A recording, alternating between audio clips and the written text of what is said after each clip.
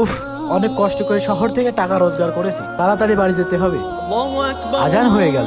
ছোট ভাই, আজান হয়ে গেল, আমরা এখানেই নামাজ পড়ে নিই। দূর, এখানে নামাজ পড়বো এই বন জঙ্গলে? তার চেয়ে ভালো তুমি নামাজ পড়ো, আমি টাকা পয়সা পাহারা দিই। আচ্ছা ঠিক আছে, তাহলে তুই পাহারা দে, আমি নামাজ পড়ে নিই। হ্যাঁ হ্যাঁ, তুমি নামাজ পড়ো আর আমি তোমাকে মেরে এই সব টাকা নিয়ে পালিয়ে যাবো।